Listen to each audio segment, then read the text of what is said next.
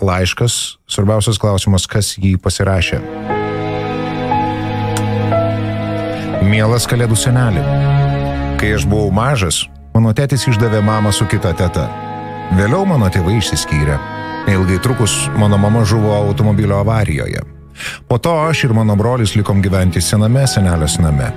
Čia paaiškėjo, kad senelės sesuo yra alkoholikė, o visa šeima gyvena iš senelės santaupų. Nesenai ir ji mirė. Mano dėdė per plauką išvengė kalėjimo, o mano brolis paliko namus ir net nekalba su mumis. Tėčiui dabar 74 ir jis turi eiti į darbą, kad išlaikytų šeimą. Ir panašu, kad netrukus jis norės, kad tą patį padaryčiau ir aš.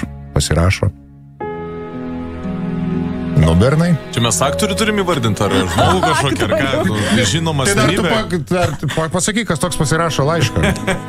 Čia iš tos serijos, kur kažkas, ko mažiausiai tikėsi, Kalėdų senelis. Tai aš jūsų klausiu, ką šiandien. Mano šiaip klasioko tėčio, atsimenu, kai mokyklai buvo 7-4. Tai gal čia Antanas? Ne Antanas. Ai, jau klausytai parašė. Jūs juokaujat, princas Viljamas. Senelis name likome gyventi. Bet tai jūs įsivaizduojat, kai... Šiaip žiaurit istorija visiškai. Taip. Išdavė mamą, tėtis, jie išsiskyrė, jinai žuvo avarijoje. Močiutės sesuo alkoholikė. Taip.